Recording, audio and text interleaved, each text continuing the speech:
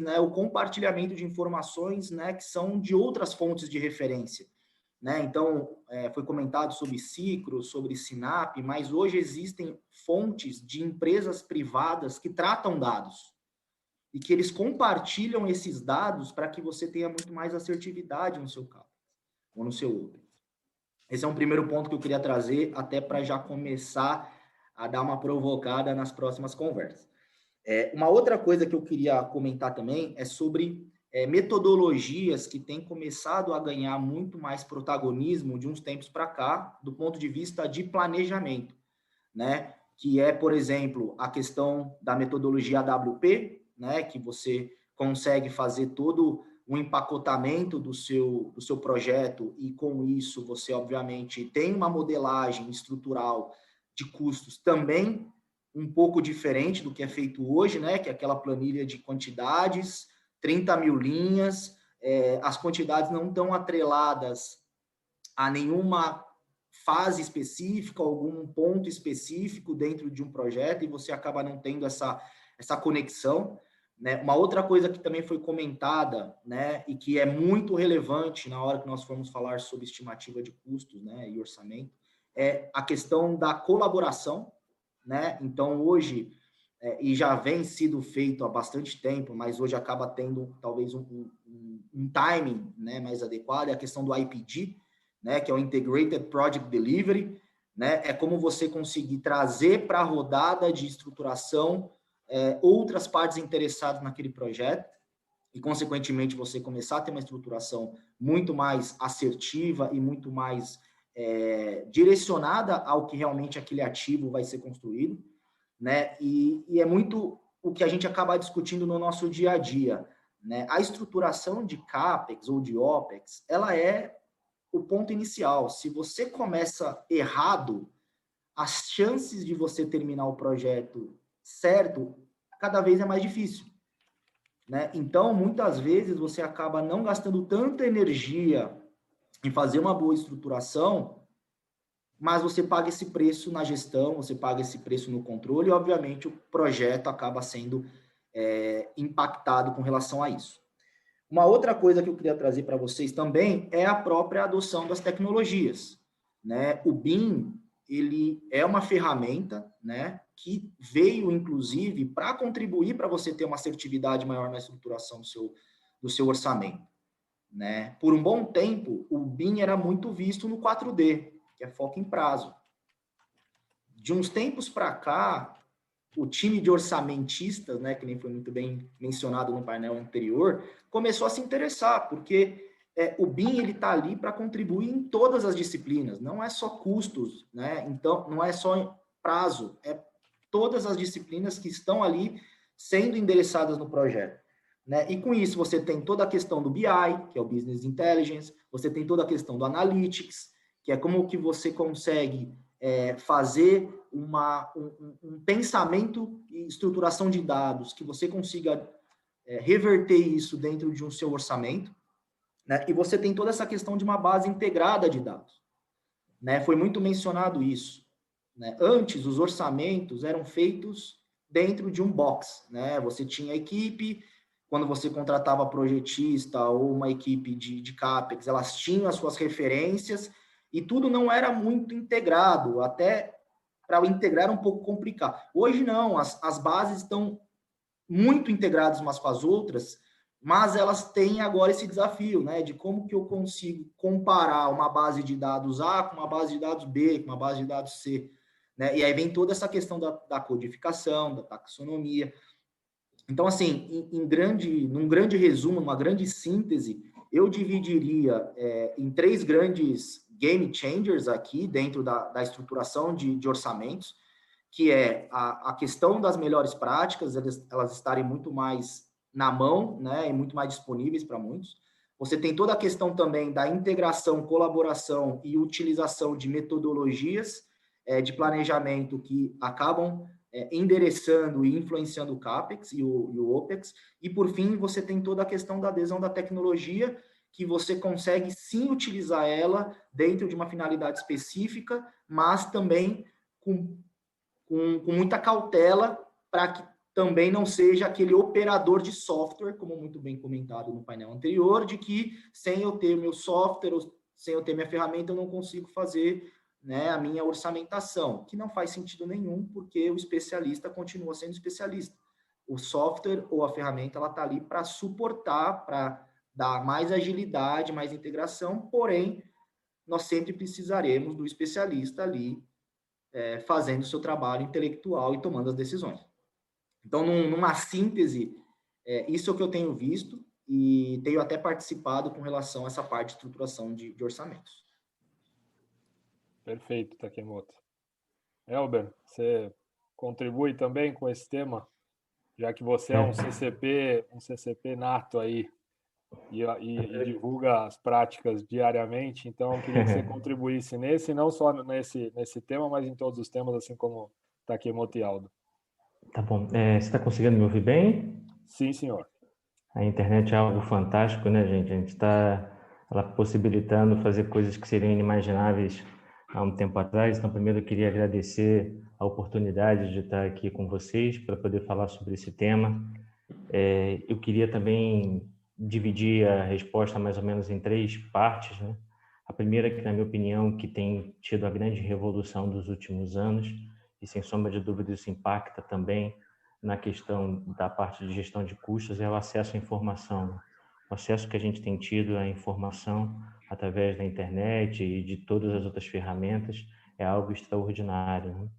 E através falando disso, né, eu queria aproveitar para poder fazer 2 pontos, né? Um primeiro é comentar que no site da ACE Brasil você tem práticas recomendadas gratuitas, né? Então quem não teve oportunidade de ir até o site da ACE Brasil, vale a pena você ir, porque lá você encontra práticas recomendadas, como por exemplo essas que o Takemoto comentou sobre classificação de estimativa de custo, né? Em português ainda, né?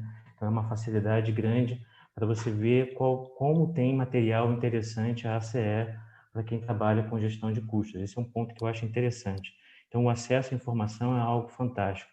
Além disso, né, a própria ACE, e aí tendo que ser membro e vale a pena, você tem um conjunto de outras práticas recomendadas que te permitem trabalhar muito bem na parte de gestão de custos, seja na parte de planejamento, seja na parte da própria estimativa de custo ou orçamentação, né, que a gente acaba tratando como um sinônimo, ou até na parte de controle de custos, né? Então, por exemplo, dentro do site da CE Brasil, a gente tem uma prática de revisão de estimativa de custo de orçamento, de validação. Então, assim, são informações muito importantes que podem ser utilizadas para a sua empresa, que certamente vão agregar valor. Então, eu acho que esse é um dos pontos que revolucionou nos últimos anos. A gente ter acesso à informação, seja através da ACE ou de outras instituições, que não acontecia antes. O segundo ponto que eu acho que eu queria comentar é a parte de capacitação, né? Ainda também aproveitando pelas tecnologias, hoje você em qualquer cidade do Brasil, você tem condições de fazer cursos online na parte de engenharia de custos, seja uma pós-graduação, seja um mestrado e até mesmo internacionais. Você tem acesso a cursos que possam ser gratuitos ou até cursos pagos, mas te abre um horizonte de, independente do seu tempo, né, da sua disponibilidade de tempo ou da onde você está, você tem condições de poder ter acesso a isso. Então, esse é o segundo ponto, na minha opinião, que é a oportunidade de capacitação em qualquer lugar, em qualquer momento. E o terceiro ponto, eu acho que veio para ficar e não tem como, é cada vez mais a gente trabalhar melhor os dados, né? A gente tratar os dados de uma forma melhor, a gente tratar a nossa base de dados de uma forma mais otimizada, mais eficiente. E isso é fundamental para que a gente consiga fazer a estimativa de custo, para que a gente consiga gerar métricas, consiga gerar indicadores.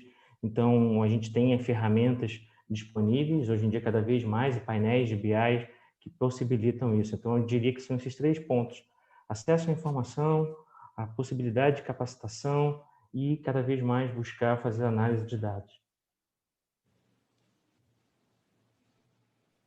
Perfeito, Elber.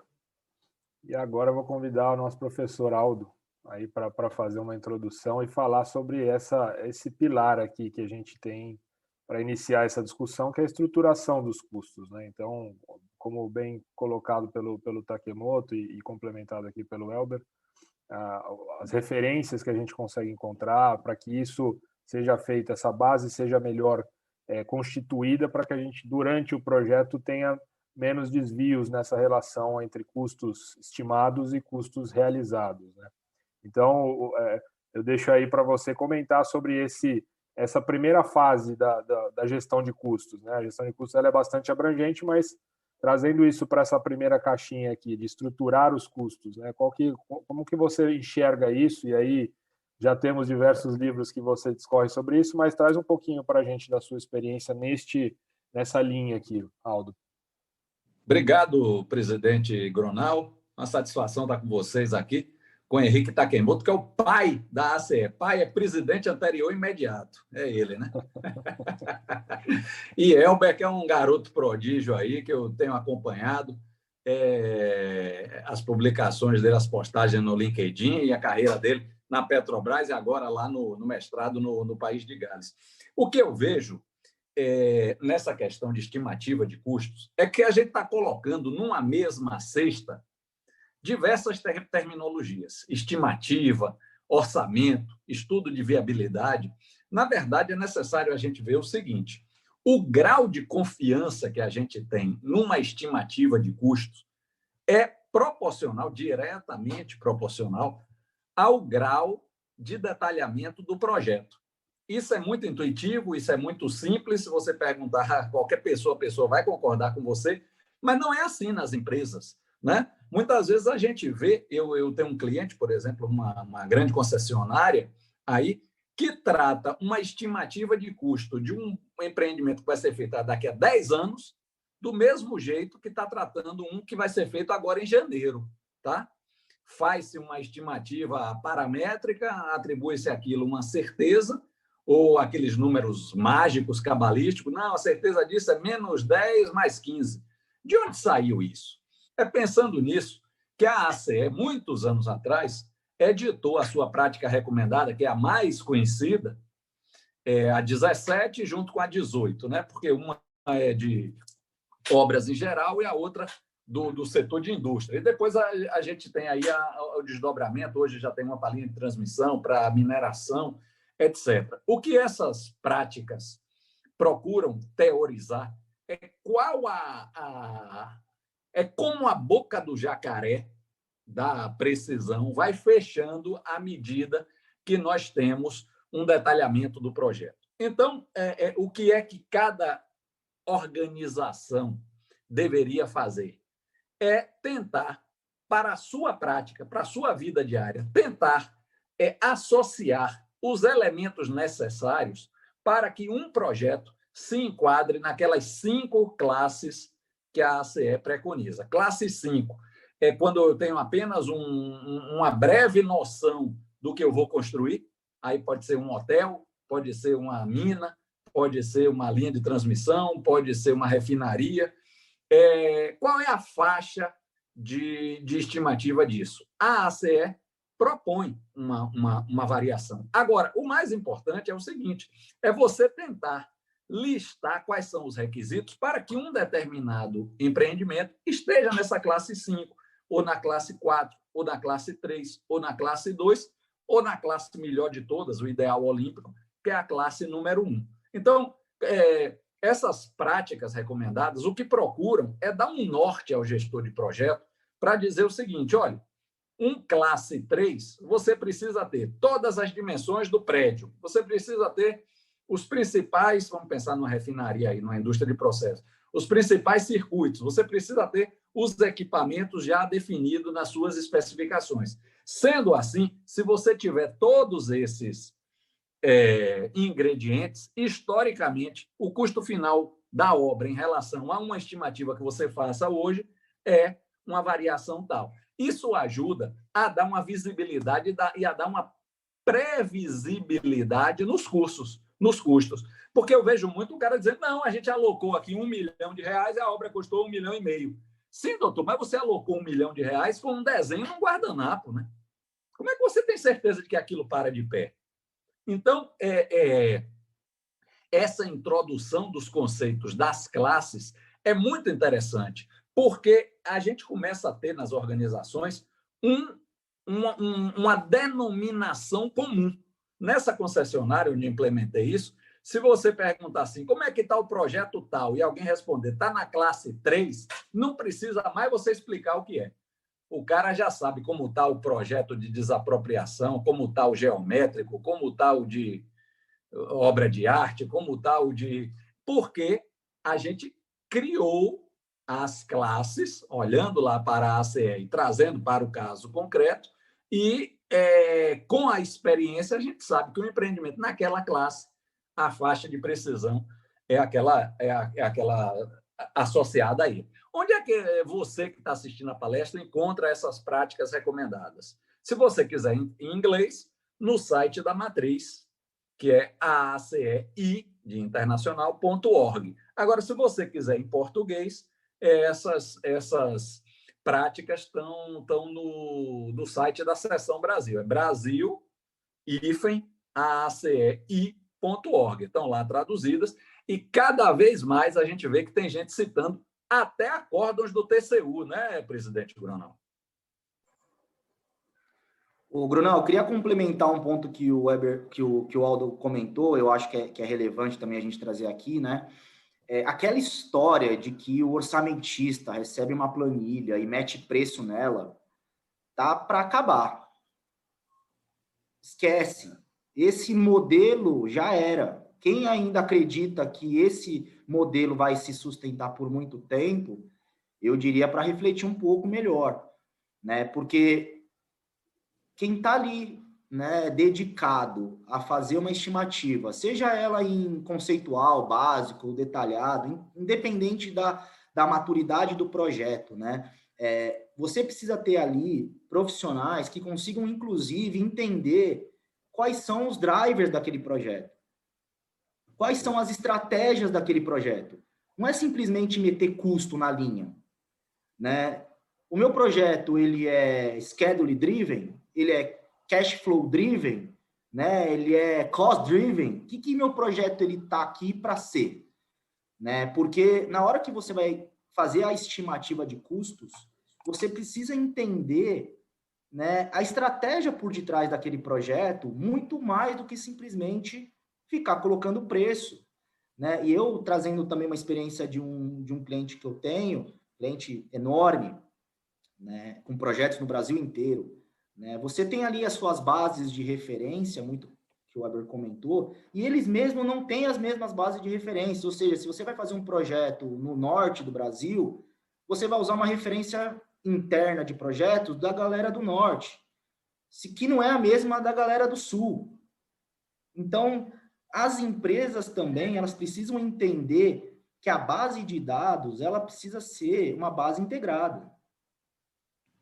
Que você precisa fazer com que as conexões aconteçam para que você tenha mais assertividade, né? A ACE, ela preconiza, né, inclusive, que você busque por essas referências que o Aldo muito bem comentou, mas que na hora do jogo mesmo, das coisas acontecendo, as pessoas acabam esquecendo e acabam atropelando as coisas, né? Então, isso gera o quê? Incerteza, gera insegurança, né, por quem está ali responsável por aquele projeto, e, consequentemente, isso vai gerar problemas na execução. Né? Então, para quem é apaixonado por custos, né, como nós somos, o profissional do futuro que vai trabalhar com custos, ele vai ter que ter uma mente muito mais abrangente. Não dá para ser só custos puro. Ele tem que ter uma boa habilidade, inclusive, de conectar as outras coisas. E trazer essas informações de uma maneira que gere valor. Né? A gente fala muito hoje sobre propósito, geração de valor. Ô, Henrique. O time de CAPEX tem esse fundamento também. A gente não pode nem confundir, né, Takemoto, Aldo, Elber, que a gente fala aqui da ACE, né, e imagina que seja engenharia de custos focada em orçamento, estimativas de custo. É exatamente isso que vocês todos comentaram, né? É uma integração bastante detalhada de todas as disciplinas, de todos os recursos que você tem para fazer uma obra, que vai, aqui a gente dá o nome de engenharia de custos, mas ela é abrangente como uma gestão de projetos.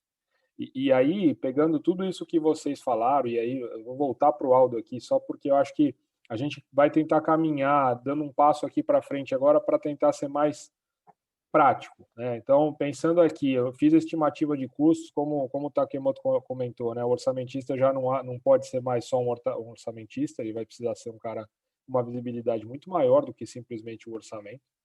Mas se a gente fosse partir para a etapa de planejar uma gestão de custos, né? Eu acho que pegando isso para quem está começando agora, para quem está iniciando uma carreira e para a gestão de projetos, especificamente dentro de uma área de custos, não sendo só orçamentista, e aí, Aldo, eu puxo você aí para depois o Elber e o Takemoto também complementarem.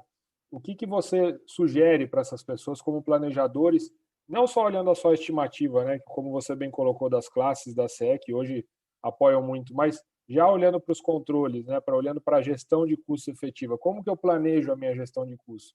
Você bem comentou, Aldo, sobre o nível de detalhe que eu tenho. Isso está totalmente conectado com a minha gestão de custos. Então, para eu fazer um planejamento, né? Como que o meu planejamento do escopo, como é que eu estou olhando isso, se meu planejamento do escopo está sendo vamos lá. conforme o que eu queria, ou como que eu faço para avançar nesse processo, para ter uma gestão de custo eficiente, e obviamente a próxima etapa é o controle efetivo dos custos, mas eu quero planejar, eu quero começar o meu planejamento de gestão de custos. Como que você sugere, e aí para todo mundo que está vendo aqui hoje, o que você faria na prática?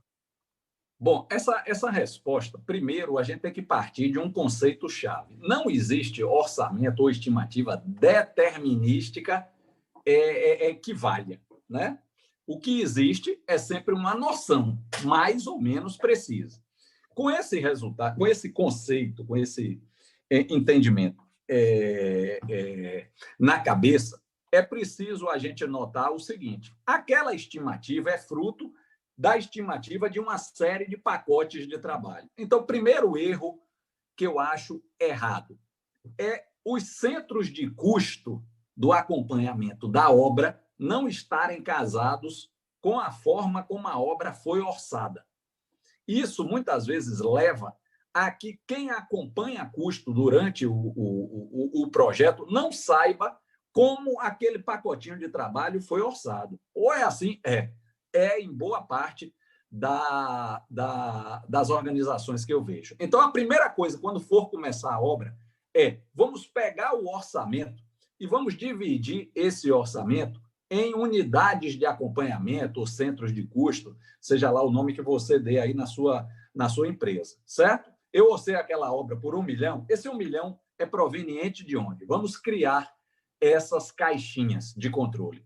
Porque uma dessas caixinhas, que é 100 mil, o que eu vou fazer agora é comparar o que eu estou gastando com esses 100 mil. Aí a gente entra num segundo problema. É que muitas vezes a gente orça de uma forma diferente de como a gente quer acompanhar.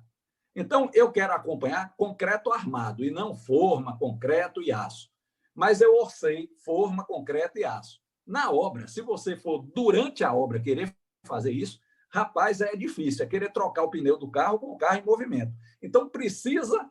Como é que eu quero orçar? É por concreto armado, forma, concreto e aço? Então, deixa eu pegar, antes de começar, esses custos do jeito que eu orcei e vamos ver essa caixinha aqui como foi orçado. Aí, durante o período da obra, eu preciso associar os custos que eu estou gastando na obra com essas unidades de acompanhamento. Ou isso é tão óbvio, mas é feito errado. Porque, muitas vezes, a pessoa de gestão de custo vai na contabilidade. Aí é uma confusão para tirar. Ele pega um relatório que sai lá do SAP, ele pega um relatório que vem da contabilidade, está misturando tudo, regime de caixa, regime de competência, como o contador fez a alocação das classes contábeis. E aí, se você não tiver isso feito, você fica órfão de uma técnica, aí eu vou pedir a Elber que fale um pouquinho sobre ela, que é a técnica do valor agregado, que é uma técnica que me permite comparar o que estava previsto para ser, quanto estava previsto para ser feito cada unidade daquele serviço, com quanto eu efetivamente estou gastando para fazer aquele serviço. Então, eu vejo que nas obras em geral, a gente só consegue tomar pé muito mais para o final da obra do que nas etapas iniciais. Essa é um erro que eu vejo, e isso não é de construtora pequena, não, é de construtora grande. Até porque, muitas vezes, não tem sistema, é tudo Excel. É o Excel de Aldo, o Excel de Gronal, o Excel de Elber, o Excel de Takemoto, e ninguém sabe quanto efetivamente foi gasto naquele serviço. Ô, Elber, como é que você, que sempre está colocando suas pílulas de conhecimento no LinkedIn, explica o desafio de fazer o acompanhamento dos custos através da técnica do valor agregado? Aldo, primeiro eu queria aproveitar e comentar, né, que a ACE e o valor agregado eu aprendi contigo, né, foi um dos meus tutores, aí, meus professores, né, e como a ACE ela contribuiu na minha carreira, eu acho que é interessante comentar isso, né, através da certificação do CCP, a oportunidade não só de você ter uma visão global do projeto, né, desde a fase de planejamento até o descomissionamento e a operação, né, o TCM, que é como se fosse o PMBOK da ACE, que é o Total Cost Management, ele cobre todo o ciclo de vida do ativo, então vale a pena conhecer também esse documento. Ele permite você conhecer muito de como funciona um ativo, né? Impressionante como os americanos, né, que foi quem começou toda a ACE, tem uma base de dados, uma quantidade de informação muito grande lá. Eu lembro que a biblioteca deles, a última vez que eu vi, tinha mais de 6.000 artigos, então vale a pena você conhecer. Então, antes de falar do valor agregado, né, e já começando essa resposta, eu acho que o planejamento, para a gente conseguir ter uma estimativa de custo robusta e, consequentemente, ter um orçamento robusto, a gente precisa que o planejamento seja feito de forma robusta, a gente precisa que o planejamento seja claro, detalhado, e que o escopo seja entendido. Um dos grandes perigos é quando o escopo não está claro, ou quando ele vai sendo modificado ao longo do planejamento, ou até pior, durante a execução, porque, consequentemente, isso acarreta um impacto em prazo e custo considerável, e quanto mais tardio é essa alteração, maior é o impacto. Então, é muito importante que a empresa leve a sério a etapa de planejamento, né? O planejamento ele é essencial. Você pode ter uma ferramenta maravilhosa, usar BIM, 5D, 6D, 7D, você pode usar todos os softwares, mas se você não faz um planejamento de forma séria, muito provavelmente o teu orçamento não vai ser um número robusto. E é importante salientar, como o Aldo falou, o orçamento normalmente é um range, ele é uma ciência probabilística, ela não é uma ciência determinística, né? Outro ponto que eu acho importante comentar é a importância cada vez mais de quem trabalha com custos estar desde o início participando, entender que a forma como eu vou estimar meus custos vai mudando conforme eu vou entendendo maior meu projeto, não dá para eu orçar de forma determinística, quando eu ainda estou tendo ideias, querendo avaliar se vale a pena ou não executar esse projeto. Nessas fases iniciais, eu preciso usar metodologias conceituais. E um outro ponto importante é o nível de granularidade. Aí, entrando um pouco no valor agregado, não é possível você depois querer aplicar a metodologia do valor agregado se você não tem a granularidade necessária para isso. Então, se você quer fazer um determinado acompanhamento, você tem que ver se você tem condições de fazer esse determinado acompanhamento. Se você quer acompanhar no nível de parafuso, talvez seja desnecessário, mas se você quer chegar nesse nível do parafuso, você precisa que teu orçamento tenha esse nível de detalhe, você tenha esse nível de riqueza. Senão você não vai ter uma base de planejado para poder comparar com aquilo que está sendo realizado de fato. Então, eu acho que talvez um dos grandes desafios do valor agregado é que o planejado tem o mesmo nível de informação que eu preciso para poder realizar o meu acompanhamento. Senão fica muito difícil isso, né? Você conseguir realizar, porque uma vai estar no nível muito alto da minha EAP, enquanto no nível do meu realizado eu vou estar no nível muito baixo. Então, eu não vou conseguir realizar esse acompanhamento. Eu acho que é isso. E um outro último ponto que eu queria comentar, né, é a importância da gente, para ter sucesso, ter uma linha de base, né? A gente ter uma meta, aquilo que a gente quer buscar, aquilo que a gente vai acompanhar, e ter indicadores que permitam quem está na ponta conseguir entender aquilo que eles têm que buscar, né? Eu acho que um problema que eu tenho vivenciado nos últimos anos, e aí eu já comentei até com os colegas antes, é o problema da comunicação, né? A gente tem um problema muito sério, que às vezes a informação, quem fez o planejamento sabe, essa informação não chega em quem está, às vezes, fazendo a estimativa, o orçamento, e não chega em quem está lá na ponta fazendo o controle. Então, é importante que a informação ela permeie todo o processo, senão você tem a chance de ter um fracasso muito grande por falta de comunicação. Você precisa que todos conheçam qual é o escopo, eles precisam conhecer qual é o nível que vai ser acompanhado esse controle e qual é a meta que ele vai ter que acompanhar. Perfeito. E complementando aí, pessoal, muito com o que a gente está trazendo para cá, né? Essa integração, né? Como é que você vai planejar os seus custos se você tem, por exemplo, uma linha na sua planilha de quantidades escrita assim: estrutura metálica leve, X quilos, custa R$1 milhão. Tá bom, onde é que está essa estrutura metálica? Me mostra onde é que estão essas X toneladas de estrutura metálica dentro do planejamento da obra, para que eu consiga controlar depois. Se você não pensa no planejamento, trazendo para a discussão o time de planejamento, o time de construção, o time de engenharia, o time de CAPEX, time de meio ambiente, você não consegue ter essa resposta. Então, é cada vez mais relevante o que o Weber acabou de comentar, a comunicação. Porque se você não conversa e define como que vai ser planejado os custos, você não consegue controlar. Você vai ser um mero atualizador de planilha. E aí você só vai descobrir quando aquele custo que você tinha previsto, que já era um range probabilístico, você só vai saber quando não deu certo, quando tiver à beira de estourar. E muito provavelmente você não vai nem saber aonde vai estourar. Você só sabe que aquela quantidade ali já não vai ser suficiente mais para acabar o projeto. Então, as células, né, que estão dentro das empresas, os silos, eles precisam ser desconstruídos. Você precisa cada vez mais ter uma equipe integrada. Planejamento, todo mundo tem que falar com construção, porque no final é ele que vai fazer a obra. Time de CAPEX, time de meio ambiente, engenharia, todo mundo tem que se conectar, não só como uma plataforma de integração de dados, mas uma plataforma de integração de pessoas. Né? E cada vez mais eu tenho, enfim, vivido isso, que os resultados eles são gerados de uma maneira muito mais exponencial. Né? Porque na hora que você planeja os seus custos, né? Vamos imaginar lá, você vai ter lá uma quantidade X de dinheiro, você estimou isso. Tá bom, agora como esses dinheiros estão distribuídos? Onde é que esse dinheiro está alocado dentro do seu projeto? Seus custos diretos, seus custos indiretos. Como é que você vai controlar isso? Esse é o planejamento. Né? O planejamento com o carro andando, que o Aldo bem comentou, não tem como, você tem que parar o carro. Só que depois que você ligou o carro e está a 120 por hora, você não vai parar o carro mais. Você vai tentar fazer com que ele simplesmente continue andando para chegar onde você quer chegar. Então, numa visão de planejamento, o que realmente eu entendo que é relevante é fazer essa integração, não só de dados, mas de pessoas, principalmente.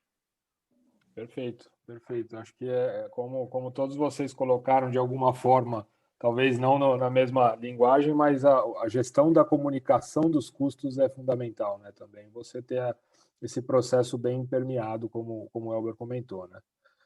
Por mais que eu tenha um responsável, todo mundo tem fundamental papel na gestão de custos. E aí, puxando um pouco da sardinha para a CE, eu ia pedir para o Aldo aí também comentar um pouquinho e o Elber também complementar sobre as RPs que vocês indicam aí para quem, obviamente, a gente tem hoje disponibilizado no site, mas são RPs, são práticas recomendadas que são para associados, para membros, mas eu tenho certeza que pelo menos vocês três aqui utilizaram já diversas vezes as RPs, quando apertou, quando precisava fazer alguma análise no projeto, eu vou usar essa RP, quando você foi fazer algum tipo de trabalho de reequilíbrio, tenho certeza absoluta. E aí eu peço para vocês complementarem, claro que vocês devem mencionar as três, mas uma visão de vocês três sobre as RPs, né? Sobre o que essas RPs agregam e quais elas, né? Quais são. No último ano, se não me engano foi 2018 ou 2019, a gente teve também Mark Sanders falando sobre a RP de estimativa de custo em projetos de mineração. Então, eu queria que vocês comentassem um pouquinho também sobre essas RPs. Aldo, você começa? Isso, eu vou começar aqui. As RPs, RP é Recommended Practice, práticas recomendadas. A meu ver, é o coração da associação. É onde está assim, o grande acervo, além dos artigos, dos congressos, mas assim, onde está a grande riqueza da ACE, a meu ver, são nessas práticas recomendadas. Porque quando a gente utiliza uma prática recomendada, a gente sai do empirismo para algo um pouco mais científico, fundamentado, validado, conhecido, internacional, que foi revisado por vários profissionais. Então, hoje, a ACE tem perto de 100 práticas recomendadas, que tem uma desde base extensa, tecnologia... né? Uma base extensa de dados, né? Uma base muito grande de dados para conseguir uma ter essas base enorme, que pega de gestão de risco, gestão de custo, orçamento, estimativa, planejamento, contratos. Tem cerca de 100 práticas recomendadas, 30 das quais estão traduzidas em português aí no site da Seção Brasil. Eu, por exemplo, utilizei outro dia uma prática, eu só tinha visto ela sendo utilizada nos Estados Unidos. Lá, todas as vezes que eu via um orçamento terminando, o orçamentista pegava, na época era um caderno, tá? Hoje seria no notebook, mas o cara pegava um caderno e fazia o que se chamava de Basis of Estimate, a base da estimativa. Quais foram os dados que aquele orçamentista, ou aquele time de orçamentistas, utilizou para chegar naquele número de que aquela obra vai custar 3 milhões e 100 mil? Quais foram os dados? De onde ele tirou as produtividades? Quais foram as cotações que ele obteve? O que foi de coisa que ele pegou de projeto parecido? Quais foram os coeficientes que ele utilizou para o que Takemoto estava usando? Porque ele tinha um dado lá da região amazônica, mas a obra é no sertão da Bahia. Qual é o coeficiente que ele utilizou? Então, isso você fica com um lastro ali, né? Das informações daquele orçamento, que serve para quê? Para um outro orçamento, que serve para ficar patentes ali quais foram as premissas utilizadas, para evitar aquele negócio de botar o dedo, porra, isso foi Grenal lá do orçamento, que nunca pisou numa obra que está fazendo besteira. Não, está documentado aqui, ó. No dia 7 de abril, eu tive um call com você, na época não era call, era por telefonema, e você me disse que era para eu usar um HH aqui de 3 HH por metro de coisa, etc. Então, muito importante, é o BOE, exatamente, como ele está colocando aqui, Rodrigo. Basis of Estimate. Essa é a prática recomendada número 34. Tem uma outra, que foi o que me levou para a ACE. Eu morava no Egito, em 2007, e fiz um projeto que era do Rodoanel do Cairo, tá? Uma estrada de 100 quilômetros, degradada. O nosso empreendimento era o upgrade dessa estrada para padrões internacionais. E aí, quando eu apresentei a estrutura de custos para o comitê que tinha contratado o projeto, eu mostrei quanto era de ponte, quanto era de duplicação, quanto era de pavimentação, quanto era de desapropriação. E tinha 16 pessoas sentadas lá, que era o meu comitê. E aí, no final, eu tinha botado uma linha, contingências, 10%. E totalizei lá, não me lembro agora quantos milhões de libras egípcias dava. Rapaz, você acredita que dos itens todos que tinha, dos 30 itens que tinha, eles aprovaram todos, menos o item da contingência, e ficou um bate-boca lá. De onde você tirou que é 10%? Porque o resto, estou vendo aqui, que a ponte, você pegou reais por metro quadrado do banco de dados, aqui o pavimento eu vi. Agora, contingência, 10%. Me explique por que 10, não 7,2, não 12,4, por que não 0? Ou 1? E aí eu fiquei naquilo, rapaz. Porra, para minha sorte, isso já estava chegando no final do dia, os caras tinham que ir rezar e marcaram a reunião para o dia seguinte. E aí eu digo, porra, eu preciso trazer uma resposta, né? E fui atrás, encontrei uma prática recomendada de contingências, que na verdade tem 3. Tem uma contingência através de Monte Carlo, tem outra contingência, tem 3 aí. O número é ali entre 40 e 50. Depois você pode procurar aí na matriz. E aí eu me lembrei, eu fui procurar na internet essas práticas, como é que eu consigo justificar as contingências que eu vou ter. E caí na ACE. Eu digo, porra, Ricardo Vargas me falou dessa associação. Entrei, rapaz, quando eu abri aquilo ali, mas saiu tanta coisa boa daquela caixa preta ali. que eu digo, eu preciso ser membro. E depois virei membro e virei um dos fundadores aqui da Seção Brasil. E quando eu voltei, disse, olha, eu tirei aqui da ACE, aí eu mudei, não botei 10, né? Eu fiz um tratamento lá estatístico, cheguei num número, e aí o comitê aprovou com menção honrosa as minhas contingências, porque eu estava ancorado aí nas práticas da ACE. E você, Elber, já usou que práticas recomendadas aí no seu trabalho?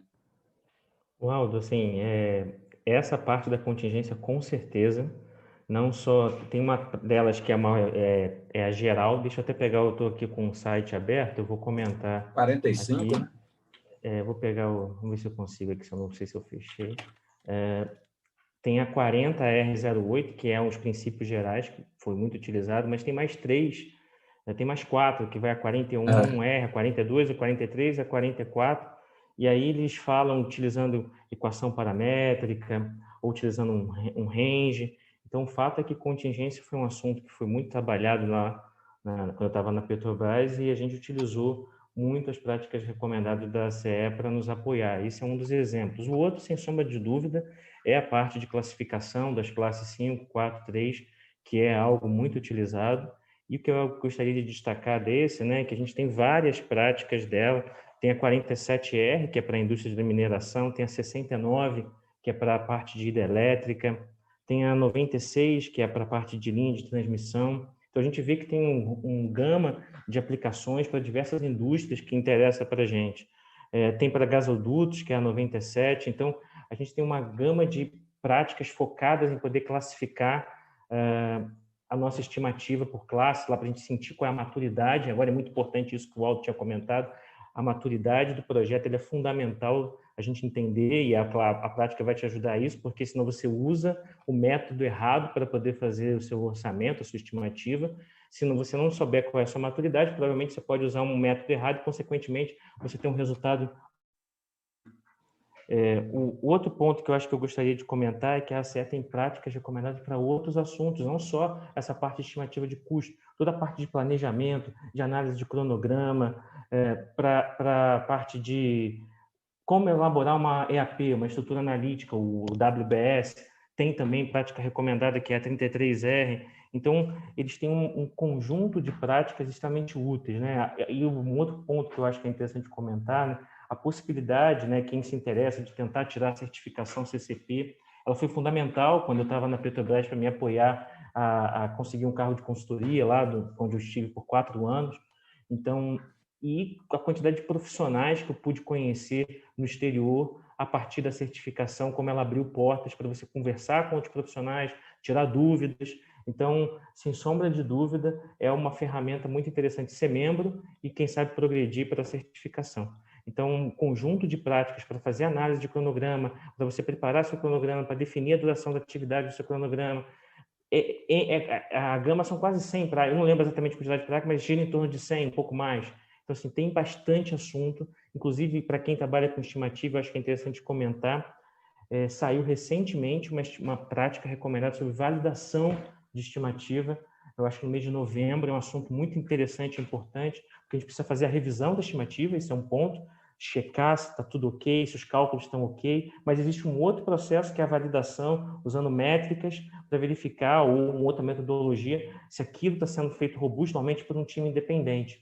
Então, é uma prática recente, fresquinha. Tinha uma outra que aglutinava os dois, que eu acho que é a 110 essa daí. Cost Estimate Validation. Tinha a 31, que juntava a revisão e validação, e agora tem a 110, que saiu recentemente. Então, eu aconselho com quem trabalha com orçamento, com estimativa, dar uma lida também nessa prática fresquinha. Perfeito. Takemoto, vamos, se você puder comentar rapidamente, porque temos algumas perguntas bem interessantes aqui para vocês. Não, rápido. Queria trazer 2 pontos complementares aí o que foi dito, né? Trazendo uma experiência própria, inclusive, e nessa visão muito da integração.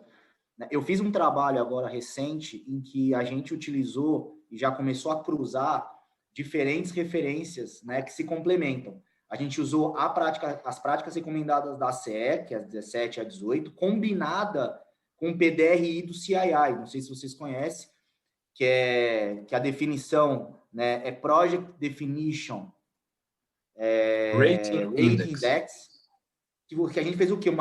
Um cruzamento dessas duas melhores práticas para gerar um valor ainda maior para o trabalho que nós estávamos fazendo. Né? Então, é extremamente relevante, pessoal, vocês entenderem que todas essas práticas recomendadas que nós estamos falando, elas se combinam com muitas outras práticas.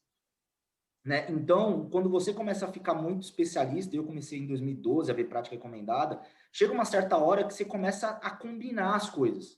E o valor agregado começa a aumentar muito. Né? Esse é um ponto importante que eu queria trazer, porque realmente há uma integração. Né? E uma outra questão também que a gente comentou, né, foi com relação à questão da prática recomendada, porque ela traz o quê? Ela traz credibilidade. Quem nunca ouviu alguém chegar e apontar o dedo para você e falar assim, tô achando muito caro. Tá bom, mas tá achando muito caro com base em quê? Tipo, não adianta você vir falar que tá muito caro, mas não ter nenhuma base para falar isso. Então, as práticas recomendadas, elas ancoram exatamente esse tipo de diálogo, que passa do subjetivo para o objetivo, para o científico, para o comprovado. E aí você consegue muito mais diálogo e etc. Perfeito, muito bom. Aí, pessoal, agora eu vou abrir aqui para as perguntas. Temos algumas perguntas, provavelmente a gente não vai conseguir fazer todas, então vou selecionar algumas e depois a gente faz a resposta pelo e-mail, tá? Pelo contato @brasilace. É uma pergunta aqui da Carlota, e aí eu deixo aqui aberto para vocês selecionar quem que pode responder. Qual seria a melhor prática para gestão de custos para um contrato por administração? Teria algum exemplo para compartilhar? Quem pode falar sobre isso?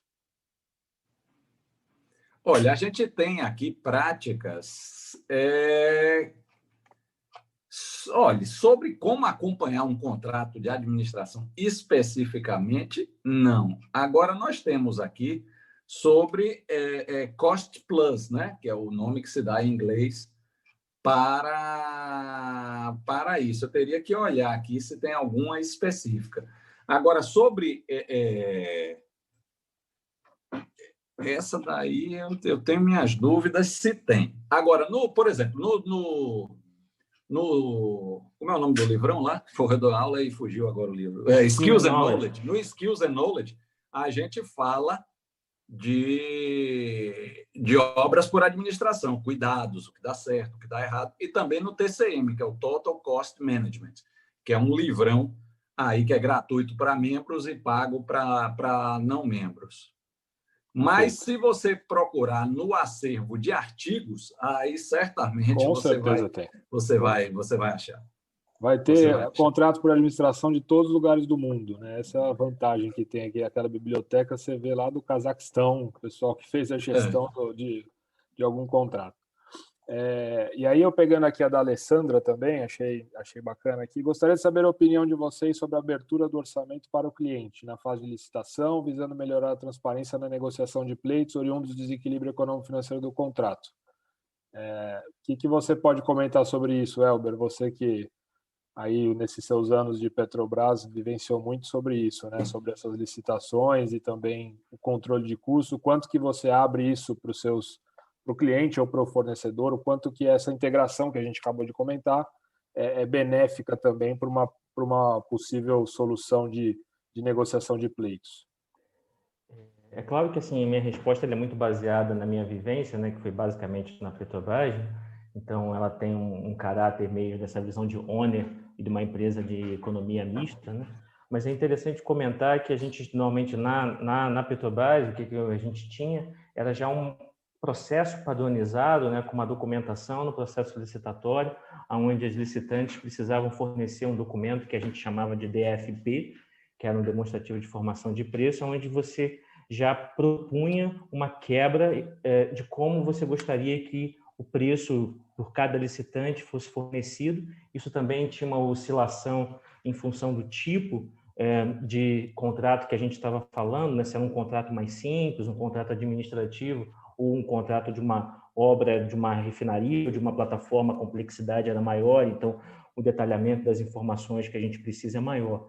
Agora, quais são os benefícios disso, né? Eu acho que são vários, né? Sem sombra de dúvida, o principal deles é a gente avaliar a maturidade daquele preço que está sendo fornecido, né?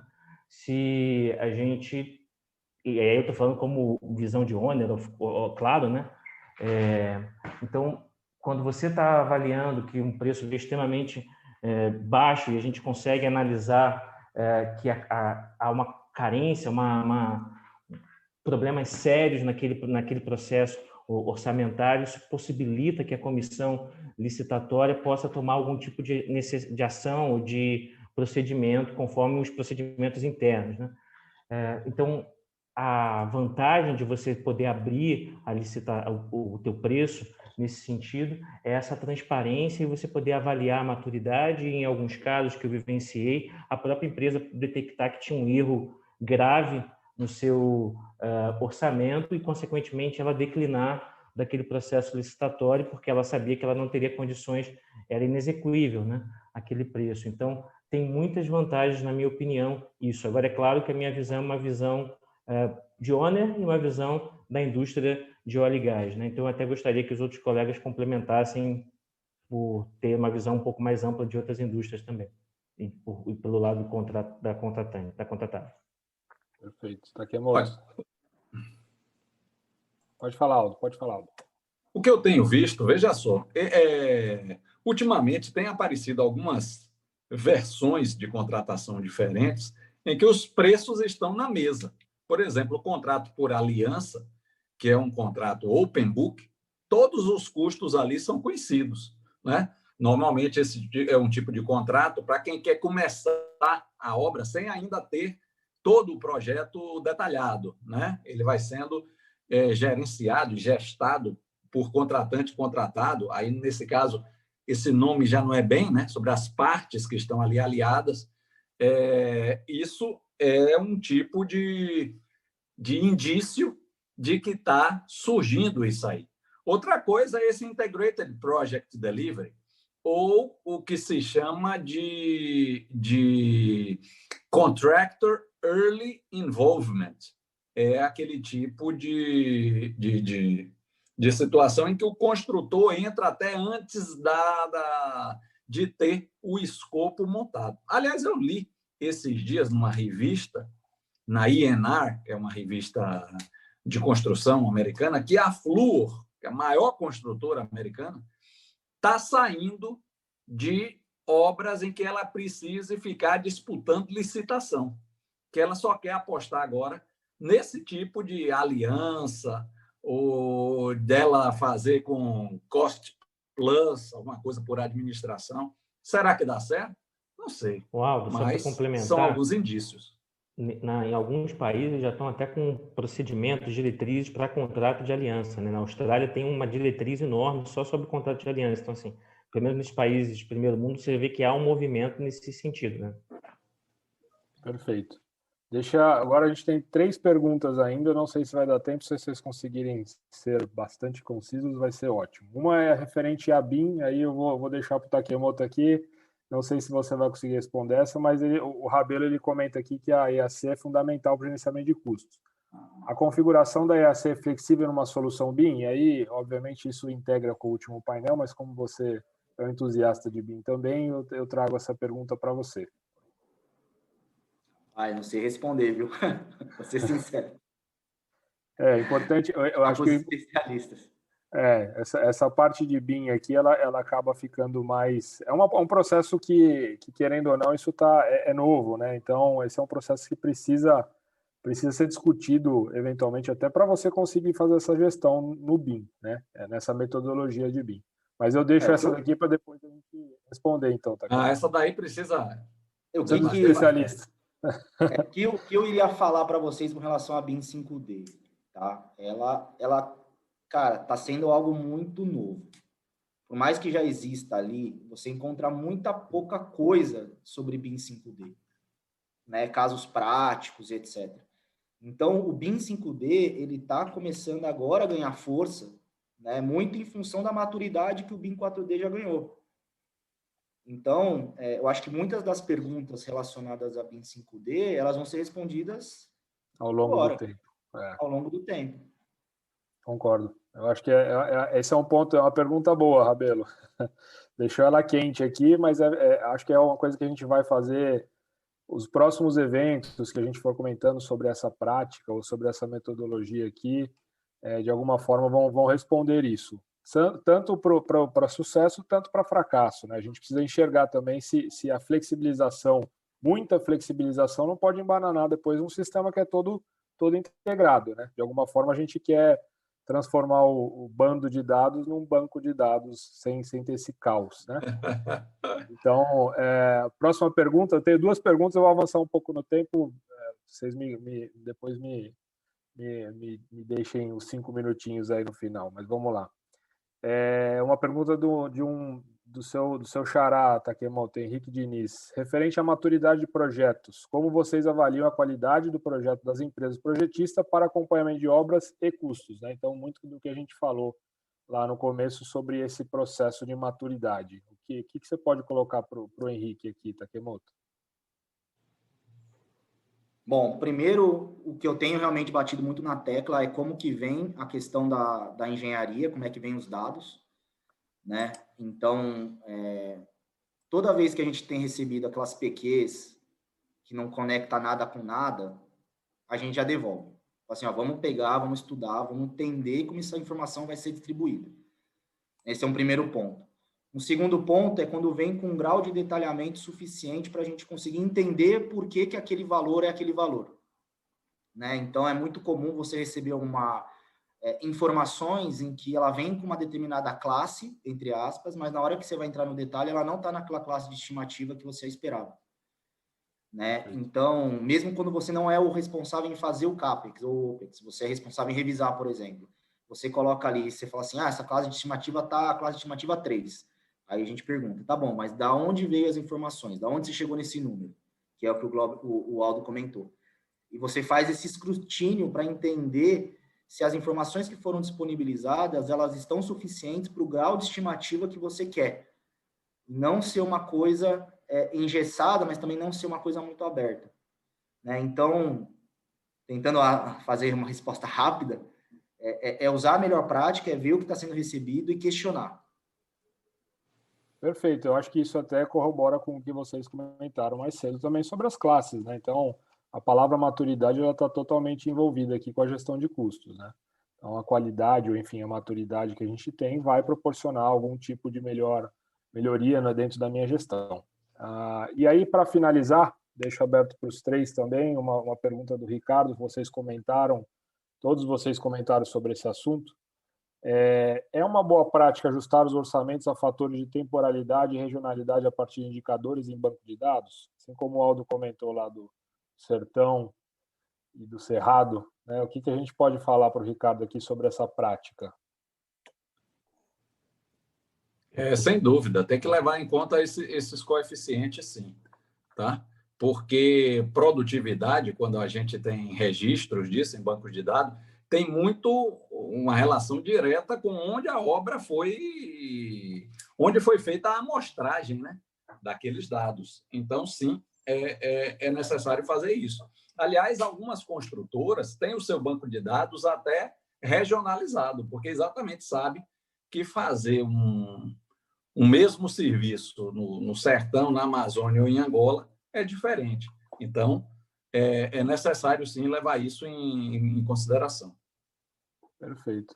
Takemoto, você complementa essa aí, Elber, para finalizar? Eu acho que vale a pena vocês falarem, porque com certeza vocês já tiveram pleitos e análises em que isso era um fator relevante dentro da sua análise, né? O que eu ia comentar é que não só a parte de índice de produtividade oscila, mas também a própria parte da mão de obra, né? Então, o custo dos insumos muda completamente do regional e também do local, às vezes do mesmo estado, mas de um local para o outro, como, por exemplo, a questão da dificuldade de acesso, né? Então, não só aqui, mesmo dentro do mesmo local, dependendo de onde for, com a complexidade que for do regime de trabalho, de ter que ficar talvez embarcado, por exemplo, você tem que reavaliar o seu orçamento. E um outro ponto que também é importante comentar, né, é que eu fiquei um pouco na dúvida da pergunta se ele estava falando da metodologia detalhada, que aí sim entra todos esses índices, ou se era usando uma metodologia paramétrica, se usando a metodologia paramétrica, também